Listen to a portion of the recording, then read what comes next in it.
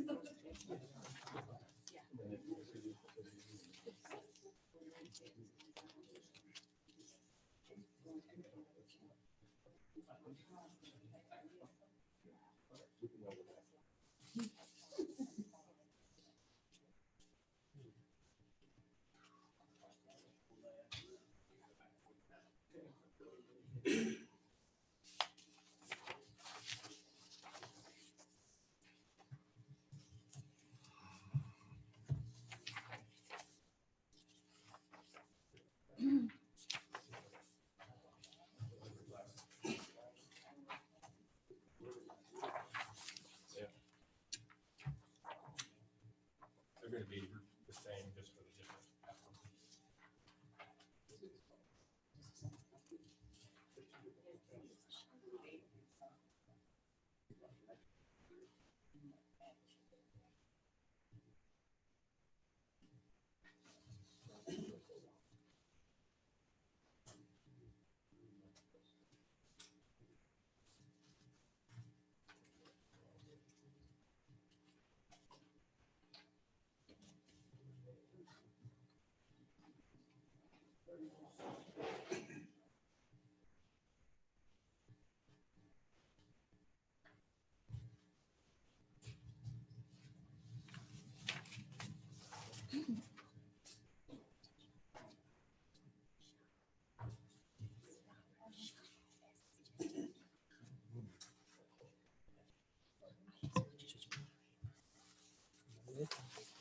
Good afternoon, ladies and gentlemen. Welcome. Dawson County Board of Commissioners special call meeting. Today is Thursday, October the 8th, 2020. We appreciate your attendance, both present and those that are listening online. We'll start out with a roll call.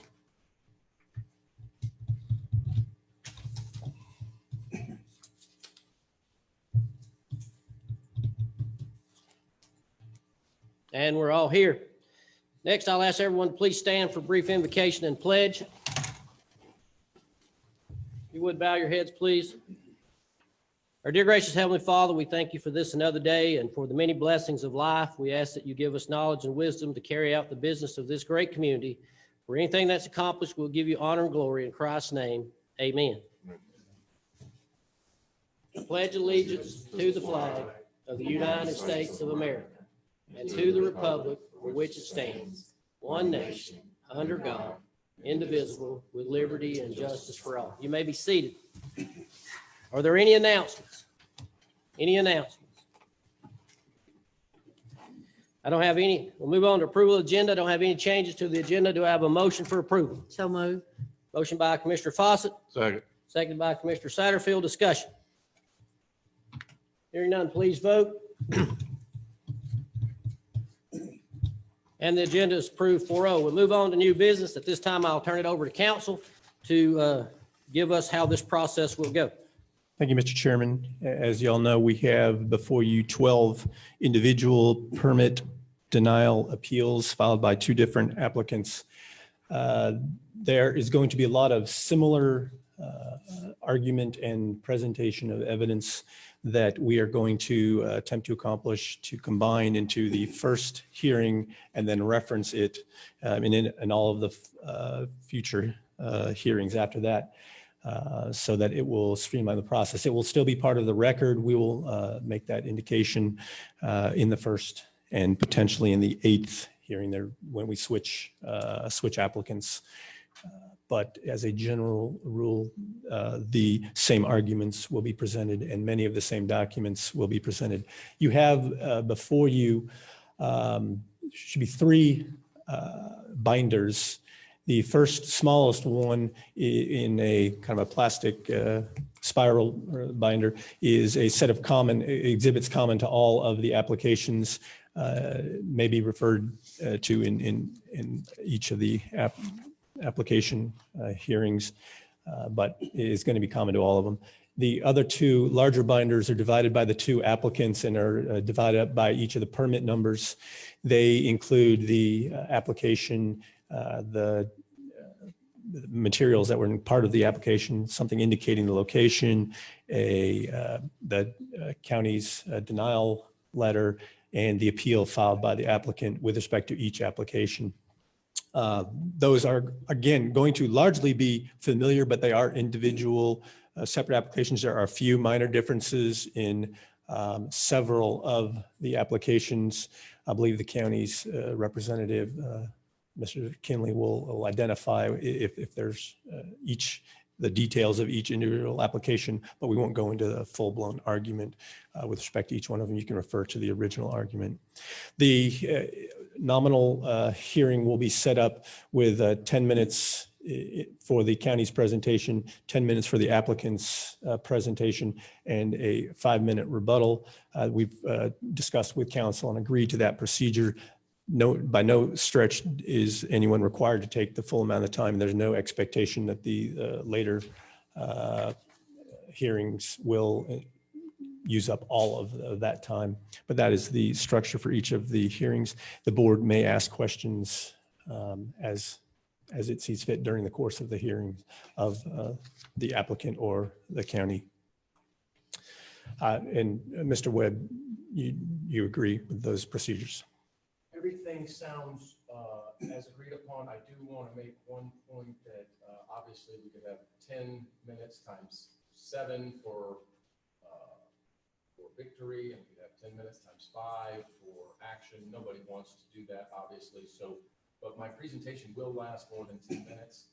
And so I think for flow, and we could ask how to do this properly, but it would be best just to introduce the full argument in the first proceeding and then to incorporate it in others, but that will take more than 10 minutes to make that entire argument, because I'm going to ask Ms. Perkins some questions. I'll probably take close to the 10 minutes, and then I have a presentation about our arguments in the case. So to me, maybe I just ask the board to allow us to take up to some larger period of time rather than breaking everything up by 10 minutes each time. Okay. At this point, if you would ask for how much time would you like, and we'll let the board decide if they would like to expand the time period. How much time would you like? For that first matter, For the first, 30 minutes, then we won't need any additional time for the victory matters. And then the action matter, Mr. Hartranft will answer questions for about 10 minutes, let's say. And then nothing else needs to be repeated. I would say maybe a small sum up at the end. So if we could have 30 minutes on the first matter, and then we will take our 10 minutes on that 8th matter for the first action matter. And then maybe just say 20 minutes total for the action matters. That way we can sum up. So it'd be 30 minutes total on the first matter. All the remaining victory matters, we'll just incorporate that matter. And then on the 8th matter, we take up to 20 minutes. And the remaining action matters would simply incorporate that. So that's what we would propose. Mr. Chairman, I would ask if the board is interested to make a motion to, if they're inclined to adopt a procedure whereby in the first matter on the agenda, each side would get 30 minutes. That would only be for the first matter. For the 8th matter on the agenda, which is for permit number 14939, let the time be expanded to 20 minutes for each side, and all the other agenda items remain the same. Okay, you heard the pleasure of the board. I'll make the motion to approve that. Motion by Commissioner Nix, Second. seconded by Commissioner Fawcett. Discussion. Do we need to, I guess we can't limit the other items because essentially they're asking for extra time on the ones that are not allotted, but we're not guaranteeing that we're going to not use up the full 10 minutes on Right. that. I would like to leave it at a minimum of 10 minutes, but absolutely, and no expectation and, but it will be, no one's required to take the full amount of time. We won't sit here waiting for anyone to finish, waiting for the clock to run. Any other discussion? Hearing none, please vote. That's proof. 4-0. Go ahead. At this time, I will call the county up, Mr. Kinley, to present the first agenda item. And if I don't have it on the screen, I don't have.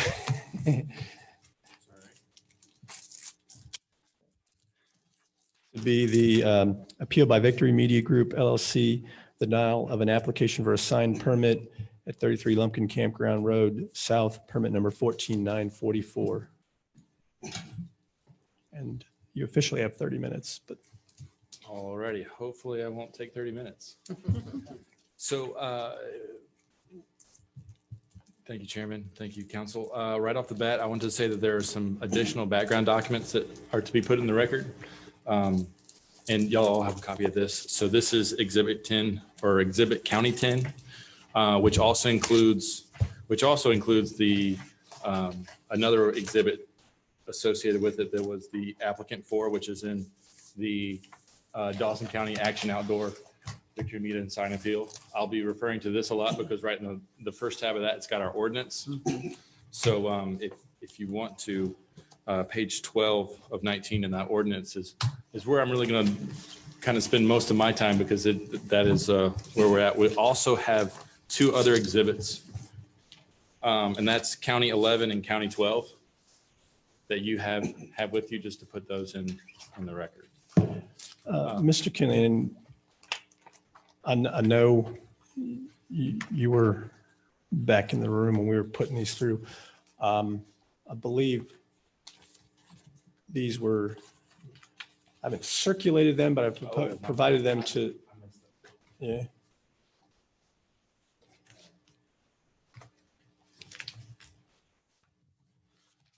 Right, and we're going to include these as well. This is the Dawson County Land Use Resolution that was last amended on June 22nd, 1998. This one is the minutes of the Board of Commissioner meeting from Thursday, April 17th, 2008. Let's see here. These are the minutes of the Board of Commissioners meetings from the regular meeting held June 22nd, 1998. And this is the amendment to our land use resolution on 4/17/2008. So we're asking that those be put on the record as well. So getting started, a general overview of the process is we have an applicant that comes in, they present a completed application to the planning department for a sign. We would then take a few days to make a recommendation or approve or deny the sign based on this ordinance, our sign ordinance. Generally at that point, we usually have a couple conversations with the applicant to, if they want something that's outside the sign ordinance. We've had multiple signs that come in through variances that it just doesn't meet those situations. But any decision of the planning department has the right to appeal to the Board of Commissioners, which leads us here today. I'm going to start with permit 14944, which is the first one in your Victory Media Signs Appeal. So on the first tab is the application, and I won't go through every single one of them, but I'll kind of walk you through the first one. So the first one is it's an application for a 70-foot sign with a total of two faces of 672 square feet. It's located at 33 Lumpkin Campground Road. This is the first of two applications on that will be on this parcel of 113,038. This particular sign is located really on the 53 side, just east of the driveway there. So this parcel is really on the corner of Lumpkin Campground and 53. So we're talking 400, 53, we're talking this 7-foot sign right here. Move that closer. That's on the southeast corner of that intersection, correct? Correct. Okay, thanks.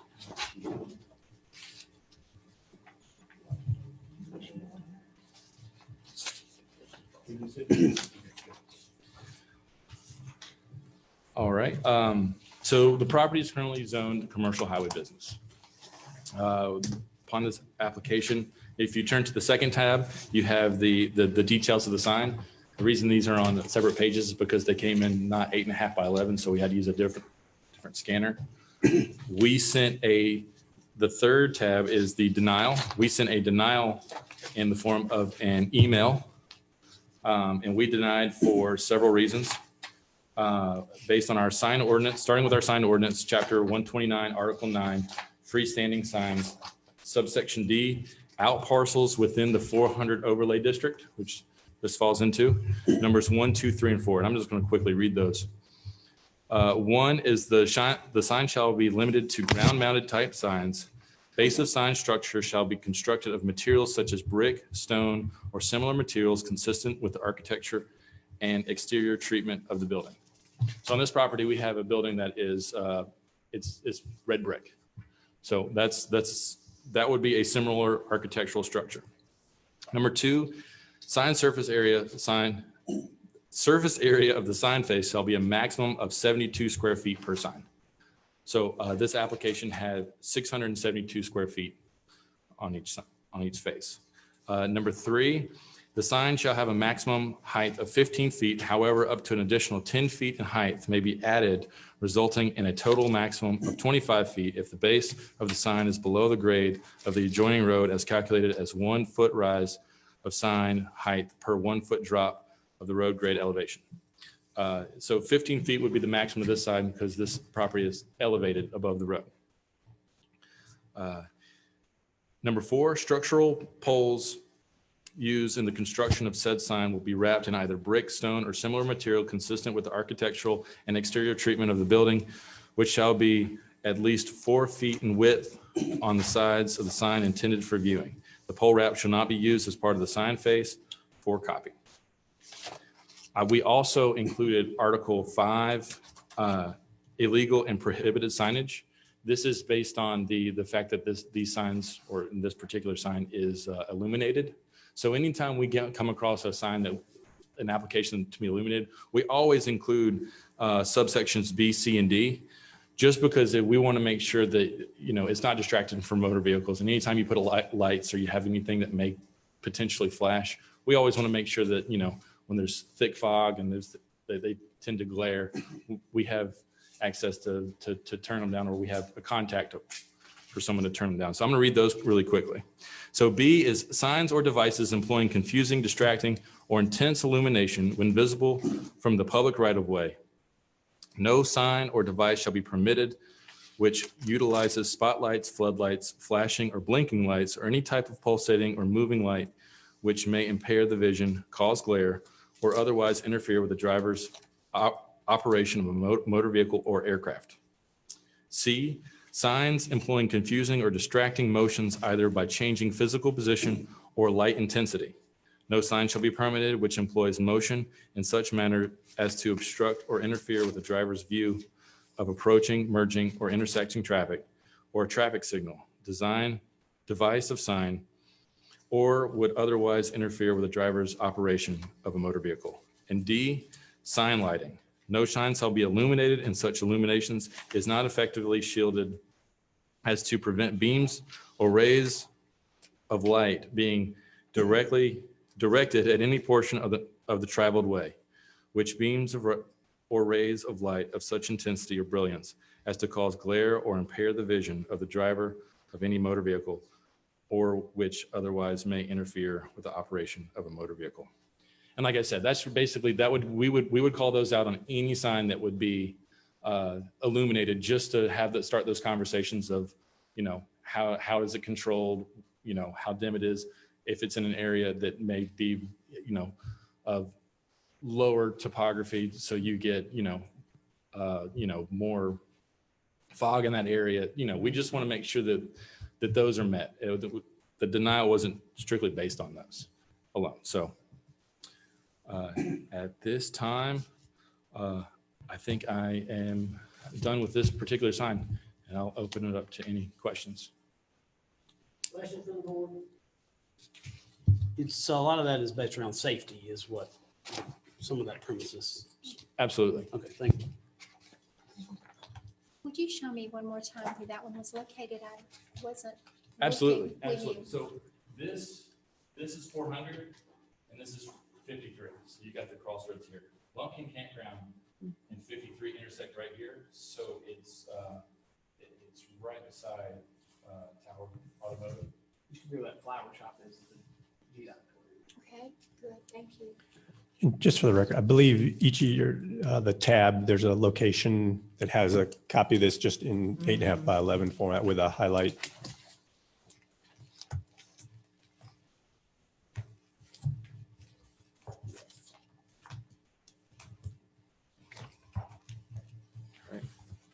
Thank you.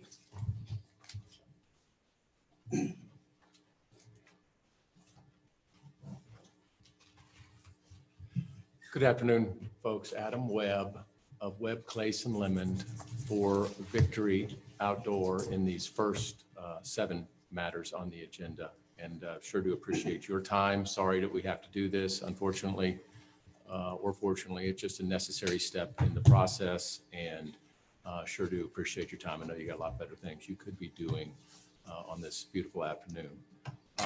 But we're going to present to you our arguments in one format here on this first matter, then we'll just incorporate it. I don't think we'll take more than a couple seconds, if any, for each of the others.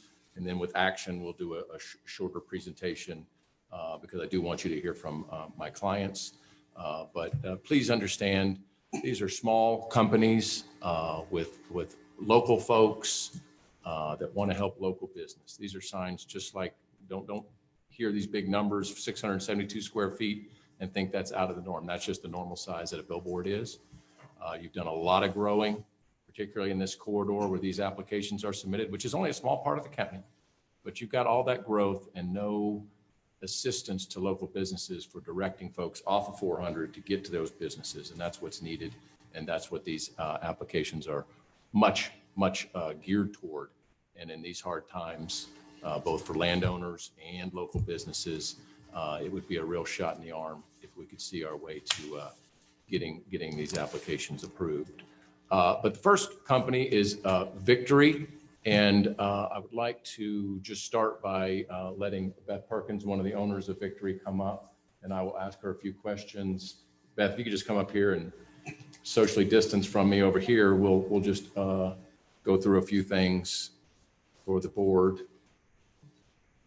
First, if you could just introduce yourself to the board, please. Good afternoon. This is a little unusual. Do you want to come up here? I can stand over. You might should come up because we're streaming live, I believe. So the camera angle is right there. So you'll be able to be seen around the world. Okay. You stand right there. Okay. My name is Beth Perkins. I'm one half owner. Shorter? There you go. Okay. Is that good? Okay, thank you. My name is Beth Perkins. I am one half of Victory Media. My partner, Steve Galbraith, could not be here today. Honestly, he's in a bass boat somewhere in Florida.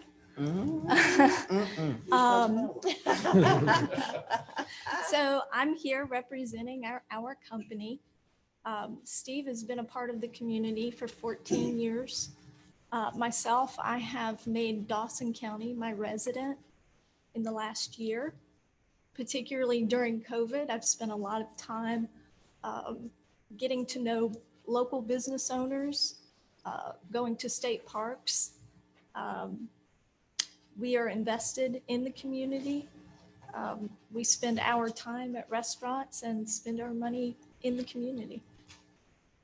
Tell us a little more about Victory Media and what the goals are for the company. Well, as we've gotten to know a lot of, excuse me, the local business owners, the one thing, as you know, during this time in particular, that revenue growth as a small business owner is hard to accomplish.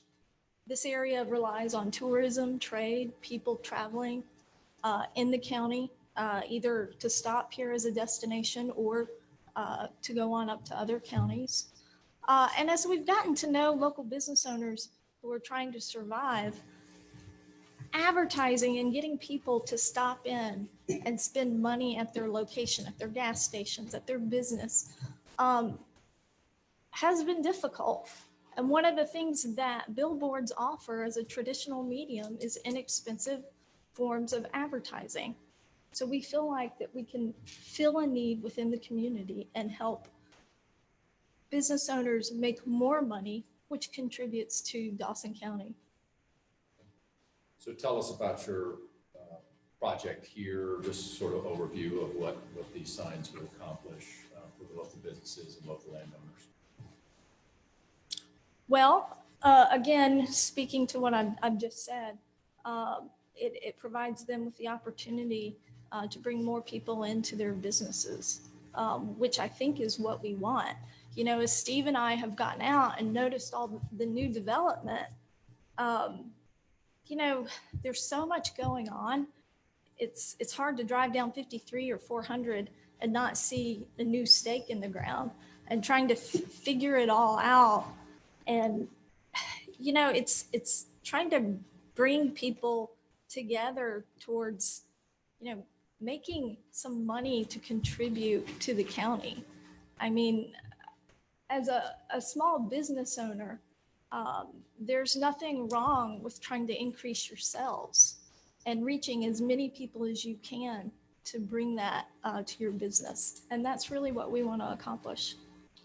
Tell us about putting together the applications and then submitting them to the county.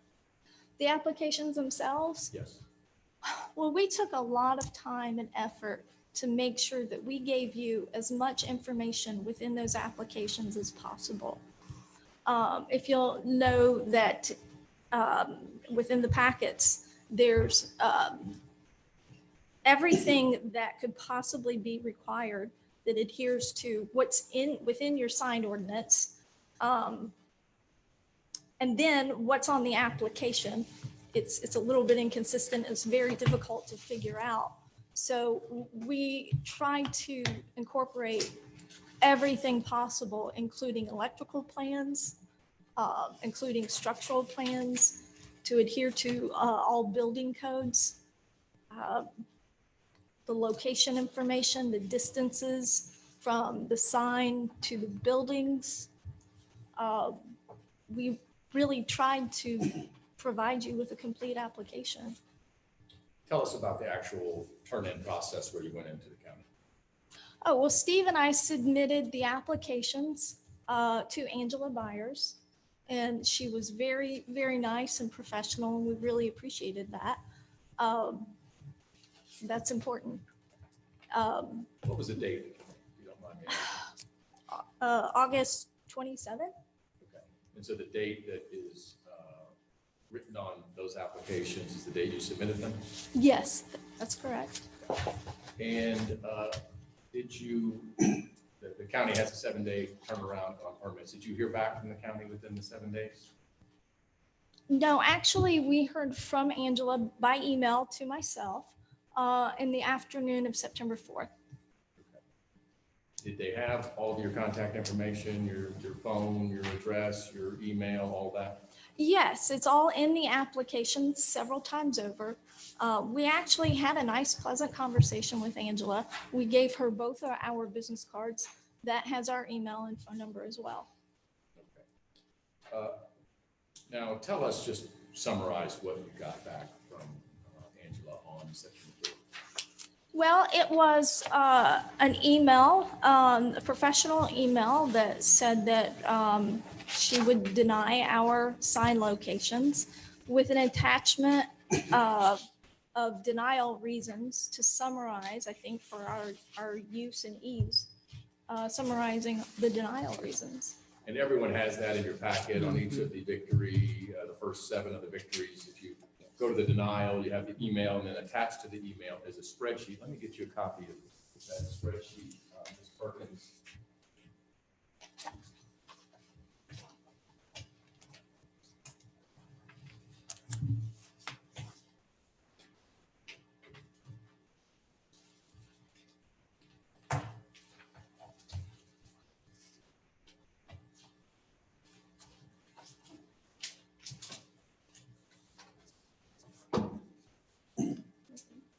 We'll just look at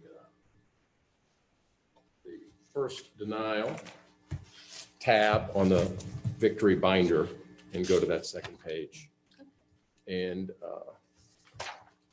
you can see the basis of denial here. I'll turn it up the right direction for you. I just have a few questions about some of those bases, namely the ones about the lighting that we heard the county representative talked about earlier. And the first is subsection B. And I just wanted to go through that with you to make sure, excuse me, that we clarify for the board what type of signage you were talking about. So subsection B, which is on page 9 of the code, and the county representative read this earlier, but it talks about signs or devices employing confusing, distracting, intense illumination, that type of thing. Can you describe what type of illumination was to be on these billboards and what you applied for with the electronic plans that you submitted What we intend and what you applied for? and what we applied for. Within the billboard industry, there's a traditional multi-message LED sign. We submitted those electrical plans. There's nothing more than that. And what is the state law? Are these on state routes? Yes, yes, they are. Would they be in compliance with state law? Yes, there is in state code, all of the illumination requirements, motion, everything is outlined in state code. And we have a separate application process with the state that we do comply with. Is there motion allowed on these signs? No, Is there strobing lights allowed on these signs? no, Is there a scrolling effect where it slides back and forth? Is that allowed? no, Can it be overly bright at night so that it would be distracting, that type of thing? no. And in fact, the state application requests a person to contact 24/7 in case there's malfunction or anything does glare. Then we are responsible to fix it within 24 hours. How long does the state require that each message, each static still message show on the sign before it changes to the next message? It's 10 seconds. And would your signs operate the same way, for example, that billboard down there near the premium outlets, the North Georgia outlets there, would that operate the same way that one operates? Oh, on the other side? Well, the one that's in Dawson, when you're entering Dawson from the south, you see the outlets on the left and you see the Clear Oh, Channel outdoor billboard there on the right. Would it operate the same way that one does? yes, so that sign's smaller, but it's located on the Arby's lot, I think. And If is it, that helps. if you see that one and you see that I saw it earlier coming up, you see that the message holds for 10 seconds and it changes. Yes. There's no motion, there's no strobe effect, there's no motion or scrolling or anything like that. Is that how yours would be forced to operate by state law? Yes. On the second issue that's cited in this section, subsection C, it says signs employing confusing or distracting motion, either by changing physical position or light intensity. I think you've already covered it, but could you just clarify, would there be any motion or appearance of motion on these signs? No, that would lead to a violation of state code. And so the sign that you have put in your application, the plans are for Metco. Is that a local company? Yes, it is. Okay, and for Metco, the billboards that they create, are those like TV screens where things are moving around, or are they just static messages that change every so often? No, they are static messages. Motion is absolutely not allowed. In subsection D, one of the bases of denial on your application is said, no sign shall be illuminated if such illumination is not effectively shielded to prevent like a glare into a motorist's eyeballs, which we can certainly understand. Tell us about what your signs would have been like as to that kind of issue. Well, you know, this is our business. It's not our goal to provide any type of distraction or glare. That defeats the purpose of what advertising to motorists are about. So therefore, it's directed, you know, those signs are on private property directed towards the right of way, and it's done in an effective, safe manner. Are there any like lights, directional lights that could, for example, get misdirected into somebody's eyeball? Well, do you mean something like a landscape light? Well, you know, you see billboards that are traditional billboards that have 3 or 4 lights at the bottom shining up at the billboard. Right. Will yours have those? Well, if they're LEDs, then it's an illuminated sign in itself. And will that face comply with the standards that you see on other state permitted outdoor advertising signs around the state and the county? Absolutely.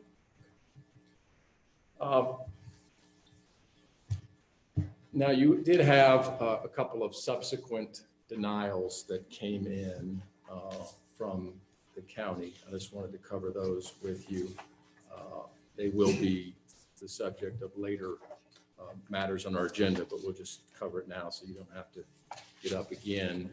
If you could, on Should be matters 6 and 7, permit numbers 1502 and 1505. okay, good. And so, is that the last two? The last 2 of victories, yes. Yes, okay. So looking at these, just tell us about that, because you told us about the turn-in process and the denials before. Obviously, you submitted a couple of more applications. If you could just describe how that occurred. How that process went? Sure. Well, we used the same format that we did with the other applications, ensuring a complete sign application, and submitted them to Angela and you know, just a normal professional interaction. And then several days later, you received a denial letter, and both of those are shown in the packet. Let's just confirm here. One of them is the second tab in the first of those applications, and then you also have the denial letter. So these look a little different. It wasn't an email, or if it was an email, it attached this letter, not a spreadsheet. Is that right? Correct. It was an email, and it was by the letter was attached. And on that time around, did they deny your applications based on the lighting issues that we just talked about? Well, I guess technically, yes. It was a little confusing because it just said, if I could look at the letter, it mentions information or documentation related to the requirements of Article 5, Section 300 B, C, and D. And again, that's something that we felt like that we complied with. Because you had these schematics for the electrical, for the sign from Metco that would actually appear on the sign. Correct. That's mostly all I have, but I just want you, if you have anything else to say, for example, what are you trying to achieve with this project? Just to sum it up for the commissioners, they're not going to hear from you again unless something that we don't expect happens here today. What do you want to accomplish here? Well, this is not something that I do every day and wasn't anything we necessarily anticipated. We are a small business. Steve and I have combined probably 57 or 58 years of experience in the billboard industry. We take safety and regulations extremely serious. There's just no possibility that we want to land in a situation where we build something less than according to code and regulations. So whatever ideas that you might have about billboards, they do provide economic activity for local businesses. And we feel like that we are the right people to build relationships in the community. Your local business owners are working hard to stay in business, and this is a means to help them do that. Thank you so much. Thank you. Now, let me just, Permission, you got about 11 minutes left. okay, let me make our presentation on the bases of the, why the denial should be reversed by this board. And this is going to apply, unless I say different, to all of the applications today. So we'll just refer to this in the later items. But as to the first 10 agenda items, the first basis for reversal is that the county did not process it in the time limit that's allowed in the county. Okay, now, we all know speech delayed is speech denied. Okay, that's just a constitutional law, and the courts have enforced that. If a sign ordinance doesn't limit the denial turnaround of an ordinance, then it is unconstitutional, flat out. And Mr. Fricke will tell you that. He doesn't have to tell you that today in front of us, but he'll tell you that at the appropriate time. So the county has a 7-day time limit. But the problem is when you don't honor your time limit, the permit has to be issued. Otherwise, you don't have a time limit. Otherwise, you have an unconstitutional code. That's just flat out. It's a harsh rule, but it's a simple rule, and that is the rule. Here, Ms. Byers is very professional, but the applications were not denied within 7 days, the first 10 applications. And so they are issued as a matter of law. We have submitted to you 2 Georgia decisions, fairly recent decisions, where the city of Woodstock and the city of College Park did the same thing. And they both lost in court, and they both had to write big checks because of the delays that occurred before those court proceedings were handled. And they had to pay our legal fees, and they had to write big checks for the damages and losses of the company. Nobody wants any money from this county. And so we urge you to accept that harsh constitutional rule and to reverse the denial of the first 10 applications on that basis. Secondly, there's a big category that I'll call the zoning procedures law. This is another harsh and strict rule in Georgia to protect property rights. And if you do not do everything exactly how the legislature has set up, you will not have a valid code. You will not have a valid restriction. And this has been the law in Georgia for decades. Some states, it's sort of soft. They don't hold you to strict adherence to the rules. But in Georgia, the legislature said you shall do this, and the courts always say shall means you must, and there is no wiggle room. So if we look at the first basis, and this is in our supplement that you've got, Mr. Fricke handed out, both of these supplements, you got one for victory and one for action. This provides the terms. But the first element that you need to do before passing anything properly under the zoning procedures law is to establish your own procedures in the county. Okay, this will establish who can speak, how long they can speak, what they can bring, sort of like the 10 minutes that we've been talking about. A lot of other issues, of course, but all the procedures that govern how you consider a sign ordinance, a zoning ordinance, a zoning decision like zoning a piece of property or changing the zoning on a piece of property, and adopting the zoning map. You have to have these rules in place or you don't have those things. Simple as that. And we filed an open record request. We've asked the county to give us those things, and you don't have it. It was not done. Okay. And so it's a very dangerous situation for the county. I urge you to immediately rectify this, to advertise and adopt policies and procedures that will govern all of your zoning proceedings going forward. Frankly, you could get a Walmart in a neighborhood. I mean, that's the kind of danger that you face. You could get a landfill in a neighborhood because you don't have legitimate zoning controls right now because these procedures have not been adopted properly. I go to CLEs. Mr. Fricke goes to continuing legal education courses every year. There's a great city and county attorney firm out in Cartersville called Jenkins and Olson. And they host this zoning CLE every year, and the first presentation is always from one of the members of that firm. They represent lots of cities and counties. And the first thing they say is, I went to one a couple of years ago, and the first thing they said is, get your procedures and policies passed properly or you're totally at risk. And so that's the situation here. That was not done. So therefore, all of the bases that you heard from the county representative earlier for the denial here are void. They're null and void. They do not exist in the eyes of the law, and people are allowed to use their property as they see fit.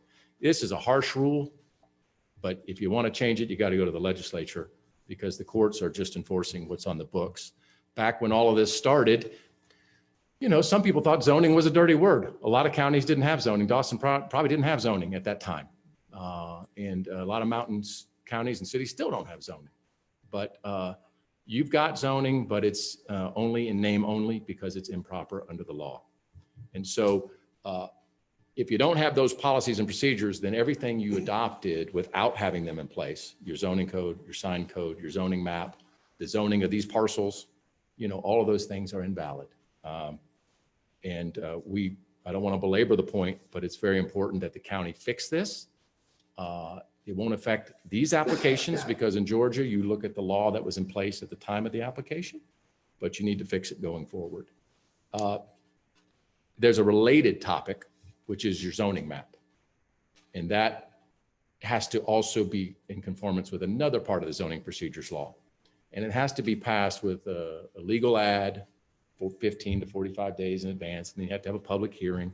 But that legal ad has to tell people exactly what's going on so they have notice and they can show up and object or urge changes. And in this instance, we did an open records request. You sent us the minutes, you sent us the legal ads, and the legal ads talk about the adoption of a comprehensive plan. But a comprehensive plan really has nothing to do with the zoning map. Those are totally different things. And so when you advertise the passage of a comprehensive plan, that didn't tell anyone that they needed to appear and be heard about your zoning map. And so the court will find that that adoption of a zoning map was not valid. And so for that reason, also these parcels, you know, this zoning map that governs and this overlay 400 district, these items you've heard from the county representative are not in place and that also should be rectified ASAP. So the fourth item I want to mention, there's three big items. One applied to 10 applications, and those last two applied to all of the applications. There are constitutional problems in your sign regulations. As of 2015, the U.S. Supreme Court said you just can't get into content. But if you look at your regulations, there's a whole series of exemptions. For example, official signs and flags and that type of thing. You just can't do that anymore. And what's been happening around the country is codes have been getting thrown out. And so I urge you to look at that and correct those things. Just get all the content out of there. You can do it without the content. You can do it without the discretion. And Mr. Fricke is very accomplished in this area, knows a lot about sign ordinances, and could certainly rectify that in a short order. But it has to be done, and it doesn't apply to these applications. And so for these three reasons, we think the county should embrace this pro-business proposal. Let's get some new business in here that helps the local businesses, that directs folks to these local businesses at a cost-efficient rate. You can put an ad on the radio or TV, and you're advertising to hundreds of thousands of people that aren't going to come to your business. But if you do a directional ad on a billboard, they're actually going to benefit, and it's a lot cheaper too. This is going to raise your tax revenue. It's going to help out your local landowners. Is that 3 minutes left? Okay, good.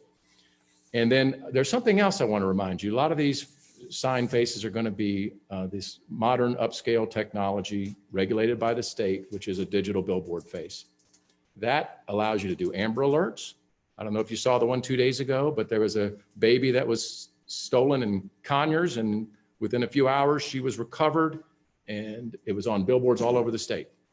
Okay, and so that's the kind of power. You can't do that on a traditional billboard, but these applicants will be tied into that network, and you will have the access for your own law enforcement, for the Georgia Emergency Management Agency, for the FBI, for the Federal Emergency Management, and for the Department of Transportation. and for weather alerts and emergencies, disaster evacuation, even COVID messaging has been all over the billboards, as you've seen. And I mean the digital billboards. And so it's a big positive. I know there's some negatives. People don't like change, but there's some big positives that you have to think about as well. And I will submit that these folks would love to work with you amicably for a win-win solution.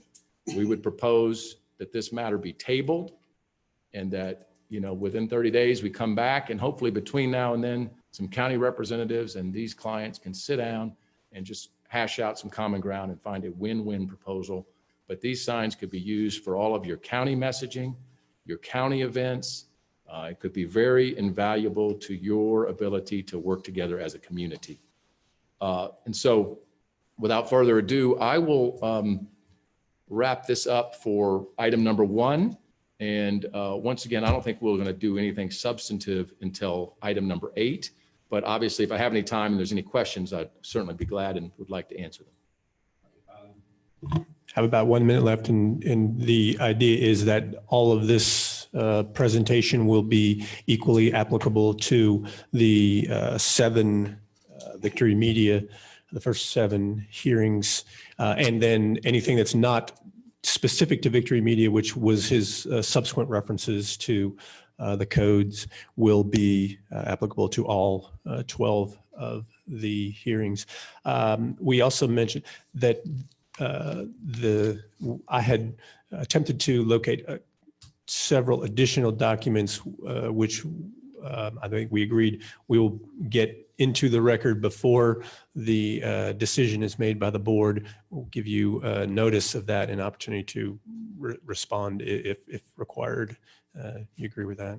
Yes. And so just to touch on that, the county would like to find some more legal ads, I think is the main thing. Right, and make sure we all understand exactly what we're dealing with on those issues.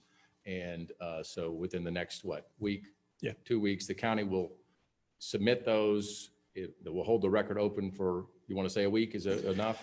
At 2 this weeks? point, it'll be a week. I think they're currently scheduled for a meeting on the 15th is the anticipated. I think my expectation is that's when this may reappear, but before. So let's say by close of business Monday. Okay. And then we would have until the next meeting date to submit a Yes. response. Okay. That is acceptable. And, once again, any questions, we'll find time to answer them if anyone has any, but we sure do appreciate your time once again, and sorry you had to go through this. I have a question. Yes. Ms. Perkins, you indicated you've been in the business 57 years. How many times have you run into the same issue in other communities? Me personally, Come on up. So you Just in your experience of 57 years. and clarify what you meant by the 57. Well, it's a combination. Yeah. Combination. Just to clarify, I'm 49 years old. Yes, I will. And I'm proud of that. A few gray hairs. My partner, Steve Galbraith, has actually been in the business for at least, let's say 47 years. Myself, I've been in the business both on the regulatory side and on the industry side for somewhere between 7 and 8 years. So in our combined experience, what I bring to the table is something a bit different. And Steve, I can't speak to how many times he's seen it, but the issues that Mr. Webb has addressed is something that's repetitively found in local sign ordinances, in my experience. Thank you. Is that? That answers that question. Before you submitted the applications, did y'all read the local ordinances, that sign ordinance here? And you submitted them? Yes. Okay. Yes, In- and in fact, reading the sign ordinance and then reading the guidelines, it was all a little confusing, to be honest. There wasn't any engagement before you just submitted it? I mean, to clarify any of that? No, sir, there Okay. really typically isn't. No. Okay. And then I got 2 more quick questions. How do you mentioned the word overly bright. Is there a lumens definition for that? And how do we define that? Well, within your sign ordinance, I'm not sure if you have limited ambient lighting. Adam? I mean, I'll just touch on that, and you certainly correct me if I'm wrong, Ms. Perkins, but the industry has a standard, and it is called, I believe it's foot candles. It's foot candles within a certain distance based on the size of the sign. Your ordinance is not so specific, but you do have some restrictions on the brightness that can be allowed. And certainly, there's no effort to not comply with all the brightness standards and all the best, because when these things are too bright, it's not good for anybody. So that is a condition on approval that will be absolutely no problem for these applicants to put any reasonable limit on the brightness, because it's just really bad when they're too bright. You can't read them. It's not good for anybody. It's improper under state law, and there's no intent to do that. Final question is along those same lines somewhat. We discussed the word motion. Essentially, an LED could be, and you use the word change quite often, is it changes from one static image to another static image. So hypothetically, could you have a dark background and then it immediately in a second have motion to change to a bright background? Well, I'm not, like, are you suggesting that, I'm not sure what you mean. Like, I do know there's a couple of signs in the county that actually do have motion that I think is against the law and your ordinance. And I know that they move and do all kinds of things. So I'm specifically asking the question, I guess, of your submission is hypothetically, could your signs go from a dark background and move into a bright background? Well, I guess hypothetically, I mean, it depends on advertising.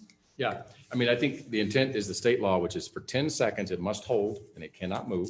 And then instantaneously at the end of that 10 seconds, another ad appears. And you've seen how it works down there at the outlet mall, across from the outlet mall.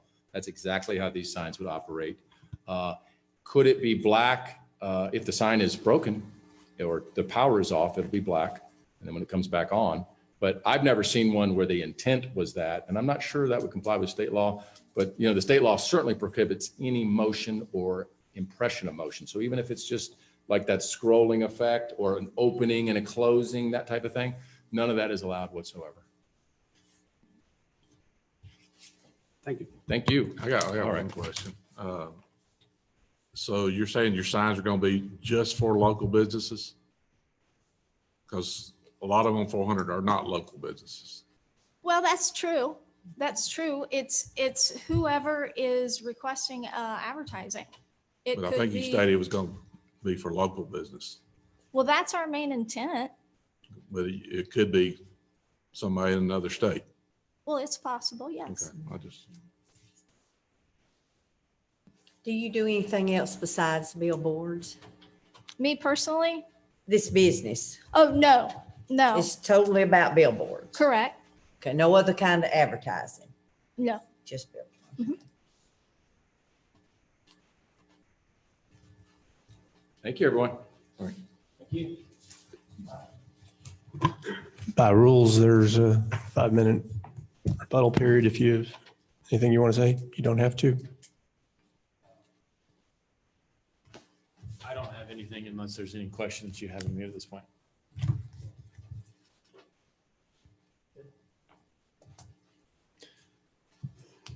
I recommend the board that we take this under advisement to our next voting session on October 15th. That's good with you. We'll do that. There's no need for a vote. Just note to the applicant that it is anticipated this will appear on the agenda on October 15th, and we can have discussions in the interim. We'll go through the next item. It is sign permit 14945 Victory Media Group. Thank you. And again, just as a reference, we will incorporate the prior discussion of Mr. Jameson, Mr. Kinley's discussion of the sign ordinance and the underlying documents, and Mr. Webb's presentation with Ms. Perkins's testimony as well will be incorporated into this as well. Mr. Kinley. Awesome. Thank you. We're looking at permit 14945. This permit was, or this application was for a 15-foot sign with a total of 72 square feet of face located at 33 Lumpkin Campground Road South. And this is the second application for that parcel. It's the same parcel that we mentioned before, the one right on the corner of Lumpkin Campground and 53, parcel 113038, which is zoned commercial highway business. The reasons for the denial of this application was Article 9, freestanding signs, subsection D, out parcels within the 400 overlay. We listed numbers 1, 4, and 6. 1 still being that it's a ground mounted sign. The base of the structure shall be constructed with materials such as brick and stone. We did not find that in the application. Number 4 was the structural poles used in the construction of said sign will be wrapped in either brick or stone. And number 6 is for individual lots and out parcels, only one freestanding sign shall be allowed. I will say that at the time that we denied, we recommended denial of that permit or that application. There was a non-conforming sign on the site, but since then, since we got the appeal, we went out, that non-conforming sign was removed. So that one is no longer applicable to the situation. So in essence, if this sign were to come into compliance with the structure materials, it would be subject for approval. We also listed Article 5, illegal prohibited signs, B, C, and D, as we stated before, because of the illumination, and we just want more clarification on that. So any questions?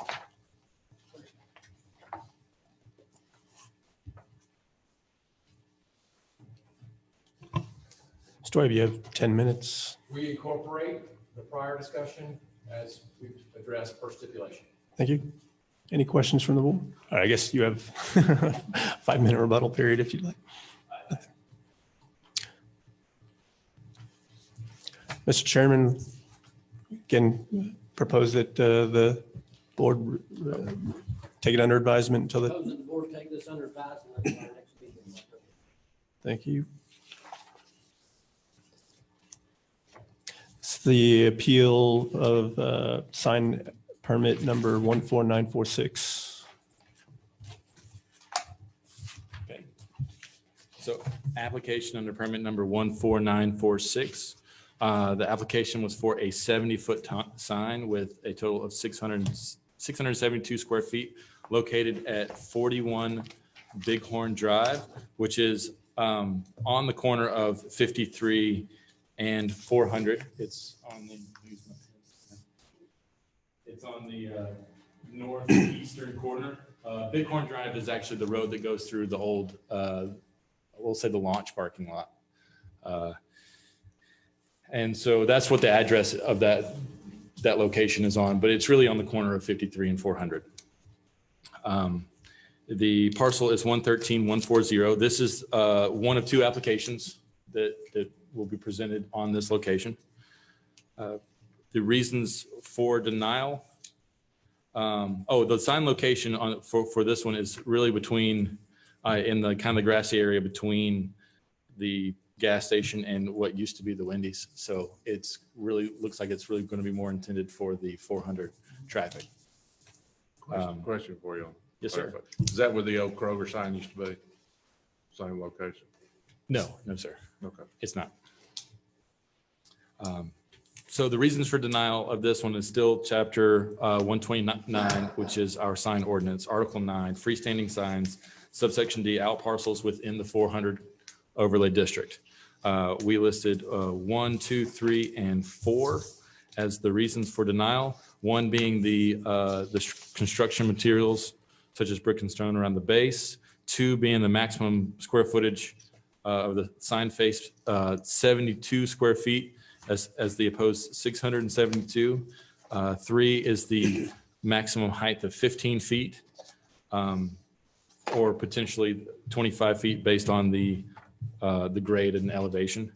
And number 4 is the structure poles and the architectural to be the same material as the architectural of the building. That is number 4. We also mentioned Article 5, illegal and prohibited signage, B, C, and D, because it is illuminated, and we wanted more information for that.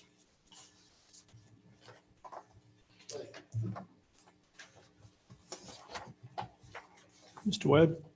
We will stand on our prior and for the stipulation, incorporate that. Thank you. The board understands that their previous argument and testimony will be incorporated into this decision. Any questions? Mr. Chair, is the will to take it under advisement? The board will take it under advisement to our next voting session on October 15th. Thank you. The next item is appeal by Victory Media, permit denial for number 14947.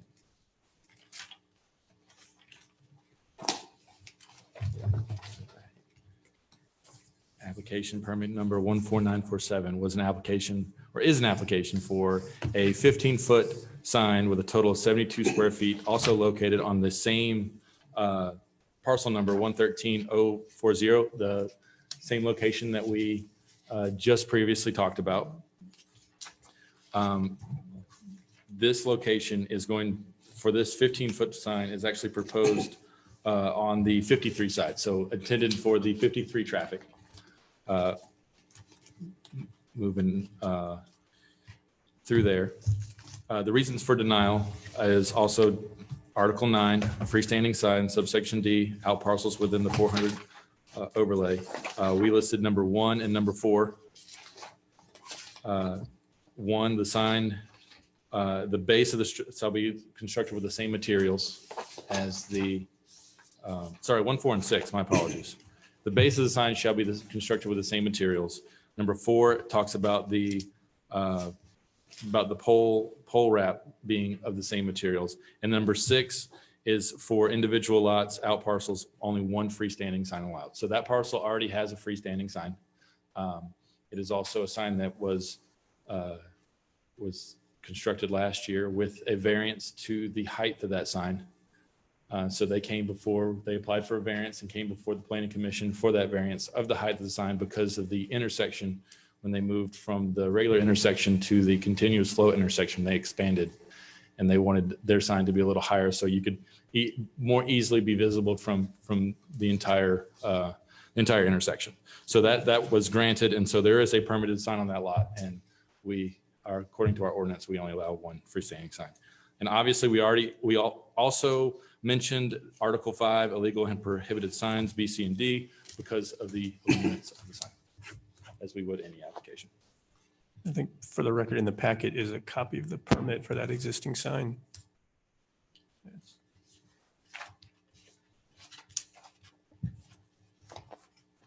Cool. Mr. Webb? No further presentation. We'll stand on the prior submission. Okay. Board understands that the prior presentations and testimony will be incorporated into their decision for this application as well. Chairman, will the board to take it under advisement? We'll take this under advisement till our next voting session, October 15th. Next item is appeal by Victory Media Group of denial of an application permit number 14948. Thank you. This application 14948 was for a 70-foot sign of 62 square foot face located at 46 Blue Ridge Parkway. This is the only application for this sign, and this Blue Ridge Parkway is it's the corner of War Hill Park Road, Blue Ridge Parkway, and it goes across 53. The location of the sign is really pretty much on the corner of Blue Ridge Parkway and my apologies, not 53, 400. So it's right there at the Dawson Fine Wine and Spirits, that parcel, which is 107-319-006. And this is zoned CPCD as far as a comprehensive development. So this falls into a slightly different section of our sign ordinance. It's still Chapter 9 or Article 9, subsection B, Plan Center within the Georgia 400 overlay. So we're still talking down here on South 400, close to the Forsyth County line, right there. we're still talking within the 400 corridor overlay. We listed subsections 1, 2, 3, and 7. 1 says one freestanding sign per street frontage not to exceed 150 square feet. One freestanding sign per street frontage will be allowed assuming each frontage is equal or greater to 200 feet in length.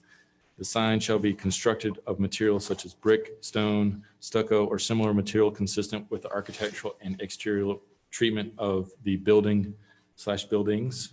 Number 2, the sign shall have a maximum of 25 feet, height maximum of 25 feet. However, up to an additional 10 feet may be added, resulting in a total maximum height of 35 feet if the base of the sign is below the grade of the adjoining road is calculated at a 1 foot rise per height.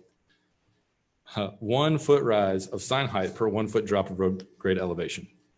Number 3, any and all structural components shall be fabricated or covered so that the components may not be detected visually.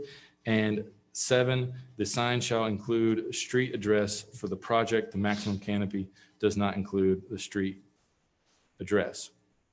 So what we're looking in the comprehensive developments is we're looking for those general monument signs that are similar to Home Depot, Kroger, Publix, where they have the larger sign, and then they tell you all the other businesses that are associated with that. We also listed, because it is an illuminated sign, Article 5, B, C, and D. Mr. Kinley, just clarification, and this probably was maybe I heard wrong, but I think you mentioned that the application was for 62 square feet. 672 square feet. Okay. So That's what's 70 reflected in the foot tall, application. 672 square feet. Thank you. Any questions, Mr. Webb? We'll stand on the prior submissions and first stipulation. That's all our presentation for this. Thank you. The board will consider the original presentation and testimony as part of the record for this matter and its decision. It's the will of the board to hold this under advisement. We'll take this under advisement to our next voting session, October 15th. Yeah. Okay.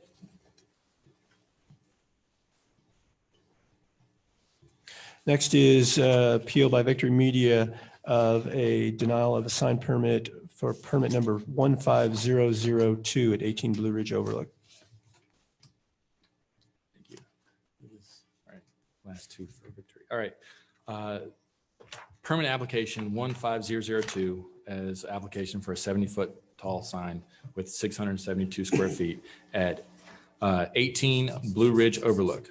This is the only application for this parcel, 115040, which is zoned commercial highway business.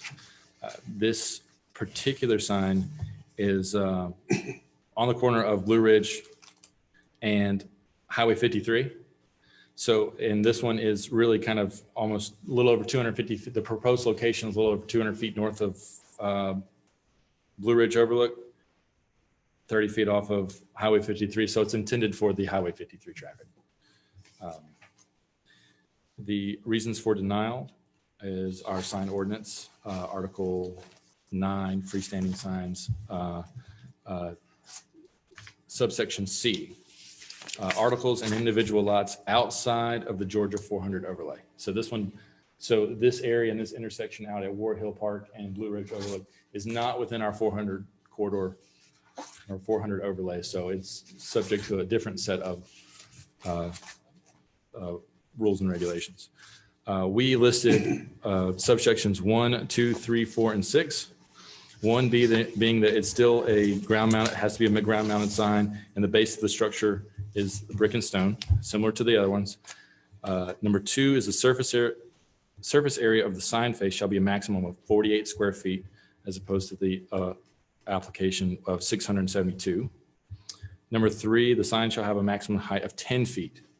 And the same additional 10 feet applies to the elevation of the road. Number 4, the structural poles used in construction should be wrapped in either brick, stone, at least 4 feet in width on the sides. And number 6 There was only one freestanding, mentions only one freestanding sign allowed per parcel. And there is a gas station there that already has a permitted sign.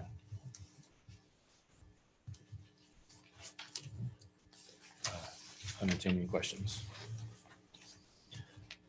No questions, Mr. Webb? We'll stand on all prior submissions per stipulation. Thank you. The board will consider the original presentation testimony of the applicant as part of this application as well. Is it the will of the board to take this matter under advisement? Recommend the board that we take this under advisement for our next voting session on October 15th. Thank you. Next up is item 7, which is appeal by Victory Media of denial of a permit at 40 War Hill Park. It's permit number 15005.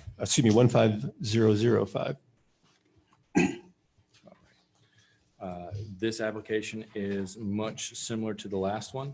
It is 15005, 70 feet tall, 672 square feet.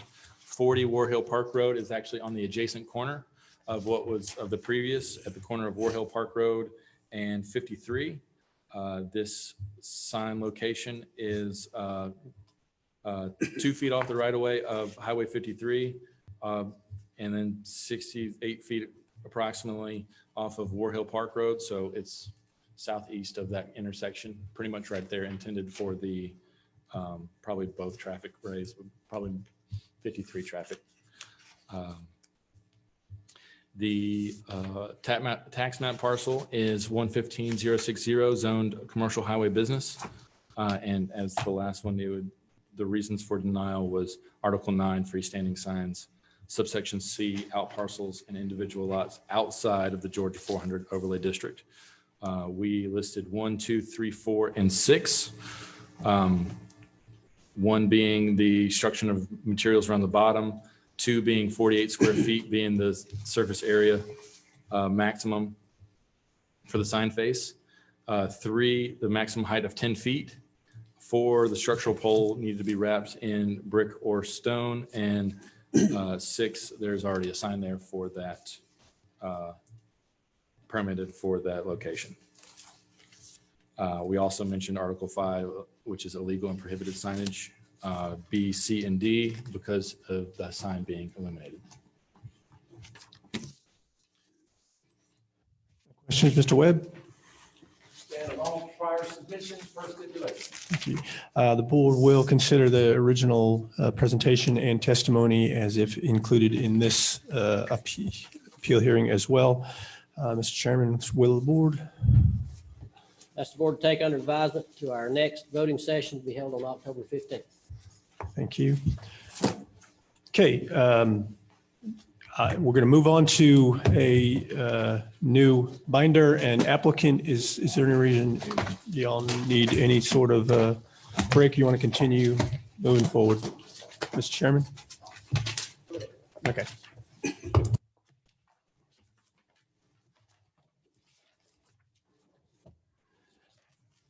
Next agenda item is item number 8. It is the appeal by Action Outdoor Advertising 2 LLC, the denial of an application for a sign permit at 1322 Highway 400 North. Permit number is 14939. We will again incorporate prior argument with general argument with respect to the ordinances themselves. And this agenda item, we will have 20 minutes for each side if required, to present testimony specific to this particular applicant or these applications. Mr. Kinley.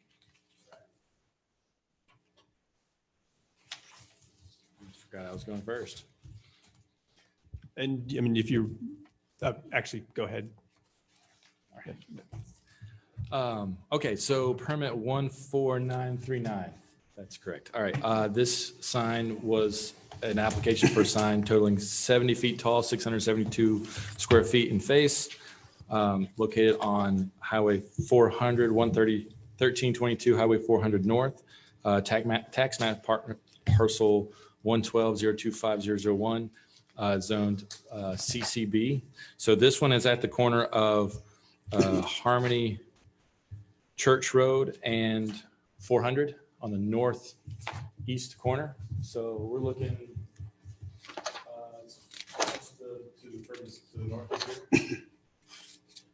The reasons for denial of this application was our sign ordinance, and inside that Article 9, freestanding signs, D, subsection D, out parcels within the Georgia 400 overlay. It's approximately 2 feet off the right of way and of 416 feet off the highway right of way of Harmony Church Road. So it's just going to be right there in the corner of that parcel. The reasons for denial is 1, 2, 3, 4, and 6 of subsection D. The construction materials, maximum of 72 square feet per side, maximum height sign of 15 feet, and then the pole being wrapped with the brick or stone. We also mentioned Article 5, illegal and prohibited signage, B, C, and D, because the sign is illuminated. So no further questions, Mr. Webb. 20 minutes. You may present. Thank you, Adam Webb, again for Action Outdoor. This time around, we won't rehash anything, but I did want to make sure you heard from Mr. Jack Hartrump of Action Outdoor. Jack, could you come up? And I'll let you stand at the mic here. Could you introduce yourself first to the Board of Commissioners? Mr. Chairman, members of the board, my name is Jack Hartrump, and I'm the owner of Action Outdoor Advertising, Roman II LLC. And I want to thank you for taking your time today to listen to this. Tell us a little bit about Action Outdoor, this entity, what is it trying to do? Okay, I've been in the outdoor advertising business since 1992, have many years of experience, and I get, over my years, I've had the privilege of working with many businesses and landowners to place advertising in communities, local communities. And our advertiser list has ranged from doctors, lawyers, business, tradesmen, financial services, restaurants, both franchise restaurants and local restaurants. And in addition to that, community events, Amber Alerts, things like that. Who do you see advertising on these signs that you applied for? You've applied for 5 locations. Who do you see in your experience advertising on these signs? In this market, we get a lot of calls from just local advertisements and also franchise businesses. A lot of times that might not come through the local franchisee, but it comes from corporate. We've advertised, had Longhorns, Chick-fil-A, many things like that, Northeast Georgia Medical. That kind of. Could you speak up just a little? Oh, I'm sorry. Do I need to repeat Now, any I of may be the only one that having a little trouble, so, but thank Do I you. need to repeat any of that or? No, I Okay. heard it, but it just seems Okay. sometimes you just start fading. I got you. away. Okay. I've never seen him so mild-mannered. Oh, Something has intimidated me. uh-oh. Well, speak up. We want to Okay. hear what you got to say. Tell us, are these signs that you've applied for here, are these your standard traditional outdoor advertising signs in the state of Georgia? Yes, these are standard, industry standard, 14 by 48, both static and LED billboards. Tell us about the application process and the turn-in process here. The application process seemed like it was very similar to what Victory Media said. I had gone through the ordinance and put together the applications, gotten the forms off the online website, and just followed the instructions to do that and turned them all in on the same day. Okay, and do you recall that was August 27th that you went in personally and turned them in? Yes, that was August 27th. Did Ms. Perkins' description of that, was that accurate that she stated earlier? Yes. And then tell us about when you heard from the county about those. That was all 5 applications. Let me take a step back. Was that all 5 of your applications? Yes, all 5 applications were submitted the same day, August 27th. Okay. And then tell us about when you heard back from the county. I received an email similar to Ms. Perkins on September 4th.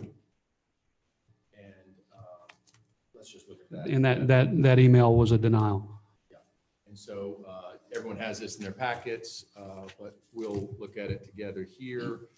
The first page and all those denials is that email, and then there's a spreadsheet that's attached as page 2. Is that accurate? Is that what you received back on September 4th? Yes, this is the email I received. I don't want to go back through all of the verbiage of these sections about illumination, the B, C, and D that you heard about, but I do want to just summarize your position for your company.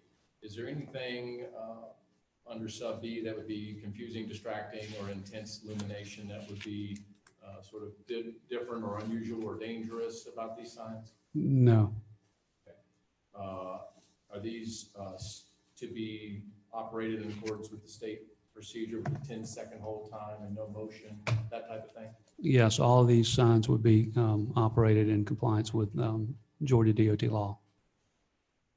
Subsection C talks about confusing or distracting motion, changing physical position. Would that ever occur on these signs? No, The subsection D talks about not shielding the illumination, glaring into people's eyes. Would that ever happen on these signs? no, that would never happen.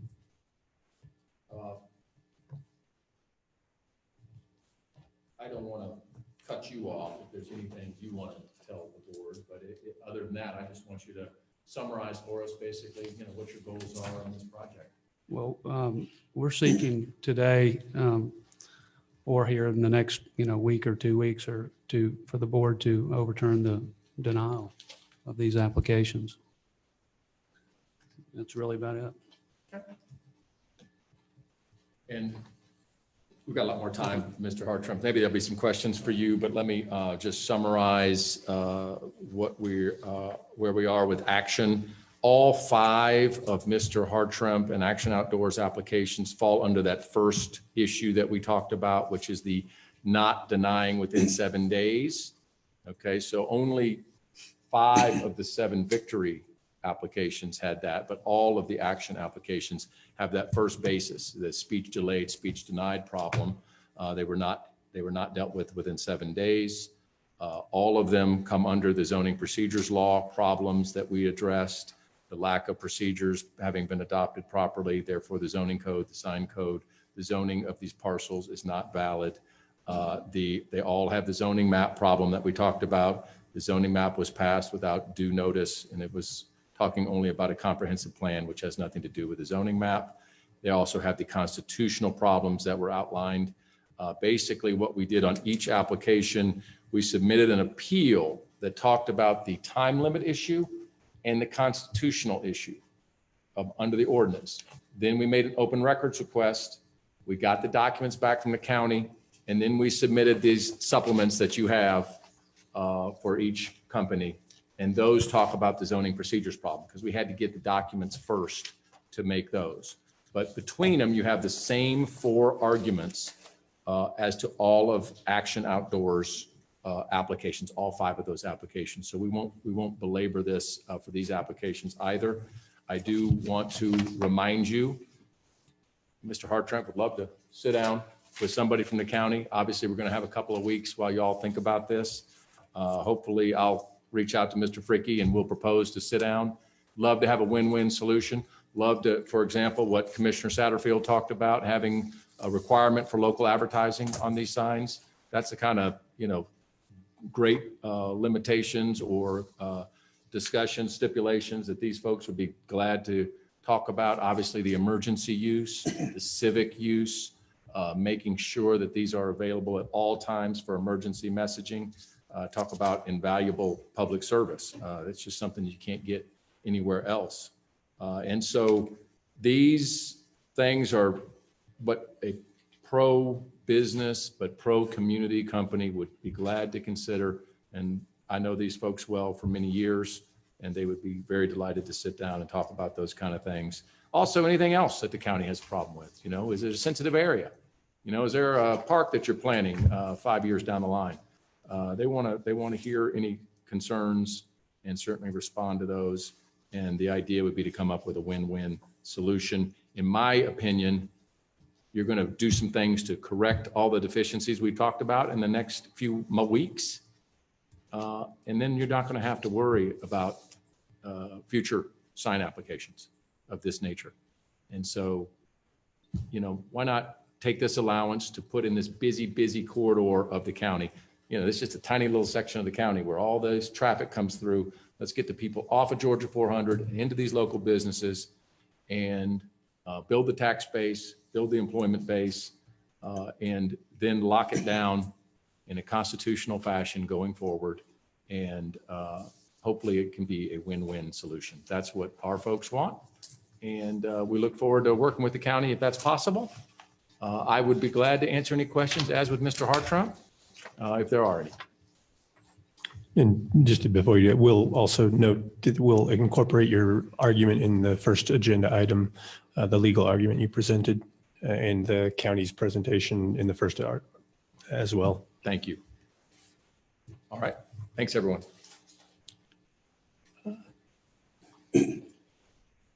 Mr. Kinley, okay. Nothing. Just a quick question. A lot of reference back to it being meeting GDOT's requirements. So I know, like, for instance, under our liquor law, Georgia has their liquor law that is one sentence, I believe, what the requirements are for Georgia liquor license and things like that.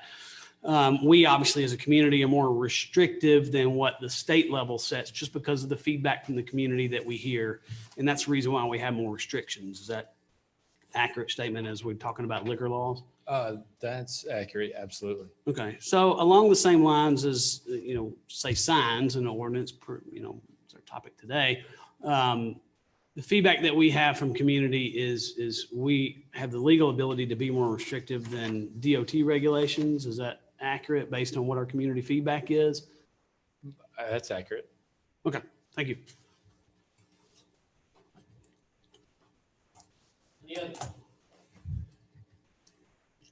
Turn to the boards for its. Recommend the board would take this under advisement to our next voting session on October 15th. Okay. Next agenda item is, let's see, number 9, appeal by Action Outdoor Advertising 2 LLC, denial of an application for a sign permit at 391 Quill Drive, permit number 14940.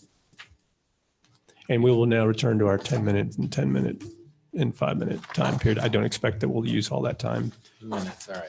I'll try to keep it under 10 minutes here. I do want to address each one. They were all separate applications, so I do want to address each application individually. And I appreciate y'all bearing with me as this does get a little repetitive, but application 14940. It was an application for a 70-foot tall sign totaling in 672 square feet at 391 Quill Drive, tax map parcel 106075004, zoned CHB, and that one is Quill Drive is actually a road that runs parallel with 400. So the location of the sign would be between Quill Drive and 400, but it'd be intended for the 400 traffic. This is the only application for this location. The reason for denial was our sign ordinance, chapter 129, article 9, freestanding signs, subsection D, out parcels within the 400 corridor. Numbers 1, 2, 3, and 4. Number 1 being the base being constructive materials, brick and stone, similar to the similar materials consistent with the architectural of the building. Number 2, maximum sign face area of 72 square feet as opposed to the applicant's 672 square feet. Number 3, maximum height of 15 feet. And number 4, the pole would be wrapped in either brick or stone as well. And once again, we mentioned Article 5, B, C, and D because of the illuminance of the sign.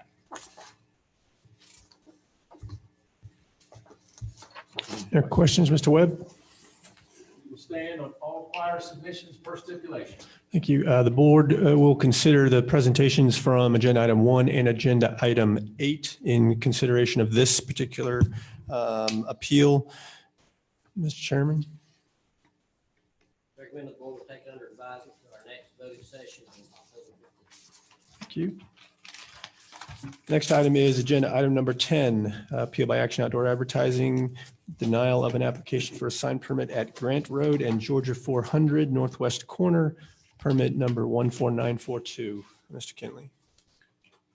4942. Did I miss one? 4-1. For one. I'm sorry. Yes, this would be I one. can do 42 if you want. Thank you for your attempt to speed it along, though. All right, 14941 permit number.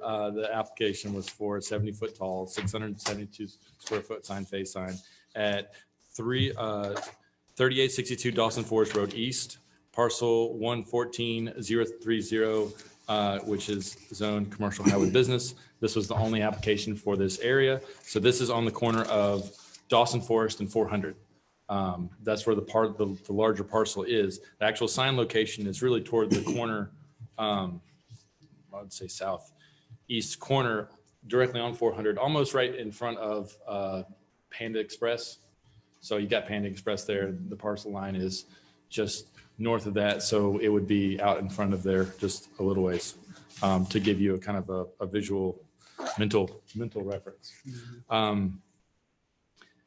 Article 9, freestanding signs, subsection D, out parcels within the 400 overlay. 1, 2, 3, and 4 is what we listed for the denials, because there's no construction materials of brick and stone around the base or around the structural pole.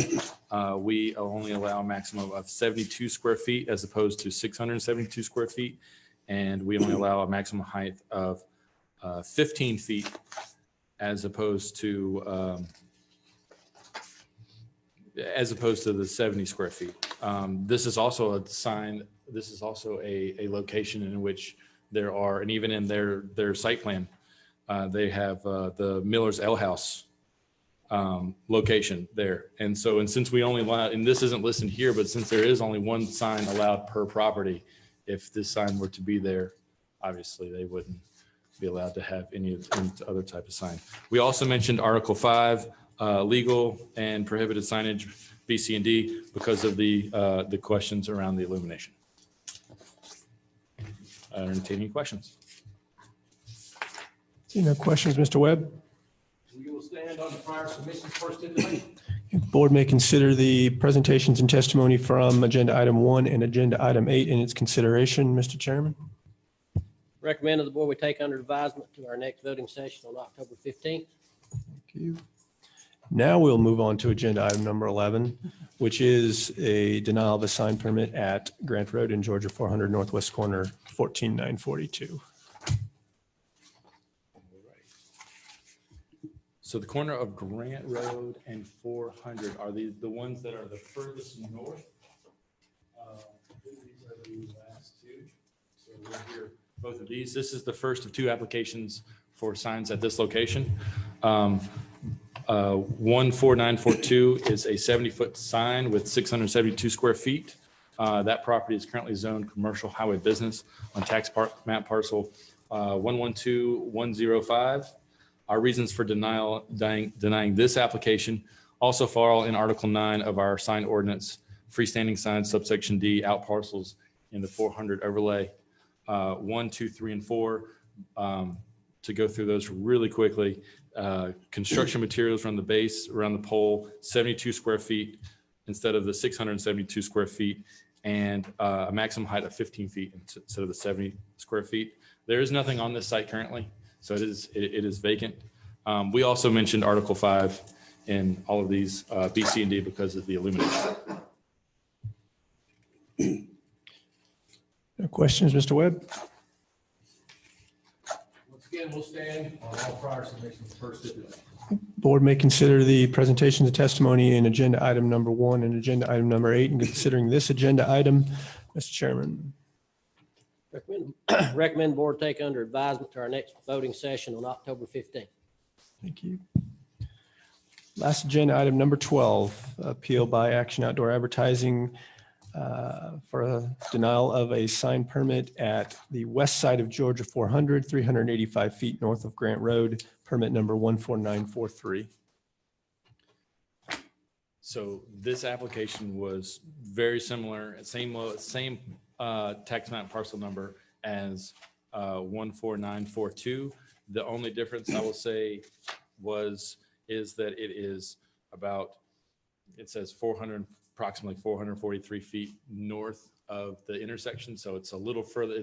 The proposed location is a couple hundred feet north of where the other one was. That's the question I had. How close are these two? That is an excellent question. And reviewing, so to give a kind of a rough estimate, so the first application was for 50 feet off of the right of way of Grant Road, 51 feet. And this one is 443 feet. So Away from Grant Ford Road. so away from Grant. 390 feet apart. Sure. A little over a football field. Okay. 100 yards, a little over 100 yards. So I guess the next question is the lighting. So is the lighting is going to overlap? And this is one of the reasons, why anytime we have an illuminated sign, we include the Article 5, B, C, and D. Just because anytime there's illuminations, to be perfectly honest, in-house, we aren't experts of sign illuminations at all. The things that we have to research and figure out all the state regulations and everything. So those are all excellent questions and questions that we would want answered before we issued an application. Do we look at lighting like we do on commercial buildings? I know when the developer puts in an application for a commercial site and they do a photometric. We require a photometric plan for every And commercial it shows how many foot candles are at the edge of there's a certain amount that's allowed at the edge of the property. Absolutely. So it doesn't go on to the next property. So with these two that close, are we overlapping the foot candles around that sign? I mean, That's an excellent question and not one that we can answer, but obviously we would just require, further conversation I mean, it's going to be so bright, them two together, it's going to light up the whole 400 north. any other questions I can answer. No further questions, Mr. Webb? Let me deal with that question and do a little sum up since this is our last item. First, under outdoor advertising regulations from the state, when these are all state roads we're talking about, you've heard that from both companies. Digital billboards are only allowed every 5,000 feet on the same side of the road. You may have noticed that. You don't have, two digital billboards back to back. And so the reason for that is the state has done extensive safety studies, as has the federal government. And they've determined, first of all, you want to have them hold for a certain number of seconds, 10 seconds. And you don't want to have them, because then you would have one changing and the other one changing. Even though they have to hold 10 seconds each, you would sort of see things changing. And so they've done safety studies. And so those would not be allowed to both be a digital sign. So on that one, they're, 400 something feet apart. But only one of them would be a digital. The other one would be a traditional static sign. As for lighting, these folks are professionals. They're going to do it the way it's supposed to be done. Lighting has gotten a lot more directed. You have LED bulbs now, which are much more energy efficient and much more precise. You don't want to have light bleed. You don't want to pay for light bleed. So, but all that would be perfectly acceptable to stipulate in any approval that they comply with the latest and greatest illumination standards. And a lot of ordinances have a whole chart of what the illumination allowed is. It's 1.3 foot candles above ambient lighting at a certain distance away from the sign based on the size of the sign, for example. And that would be a great stipulation to include on your approvals here. And which reminds me of, the broader issue, which is these folks all want to work with the county. If we can discuss illumination, local business requirements, emergency messaging, civic messaging, any sensitive areas that you have. Maybe the heights or the sizes can be flexible. I'm just throwing ideas out there that pro-business folks who sit down around a table often can do things in a good and productive fashion. I've been doing sign law for 23 years.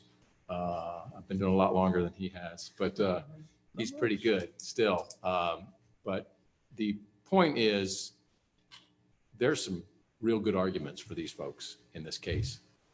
We don't want to go there. We don't want to go there, not at all. And so we're going to hopefully sit down with you folks and work something out that is just very win-win-win-win-win. The community is going to win, the businesses are going to win, taxpayers are going to win, and you're going to clean up any problems in your ordinances going forward, and you won't have to worry about this again. And we'll be glad to help with that, because once these folks put these signs up, if we can do that, they don't want any additional signs either. As you know, that's the harsh nature of capitalism. But thank you for your time again today. And we look forward to working amicably on a win-win solution if possible. Otherwise, we'll go from there, and we'll certainly always have the door open and the phone available for any efforts to amicably resolve the matter. Thank you so much for your time. Mr. Kinley, anything additional? Hours. No, I don't have it. Any additional questions? Any additional questions for me? Mr. Chairman, last item. Recommend the board will take down their advisement to our next voting session on October 15th. Anything else from council? No, sir. That's all we have on our agenda today. Thank you for your attendance. We are adjourned.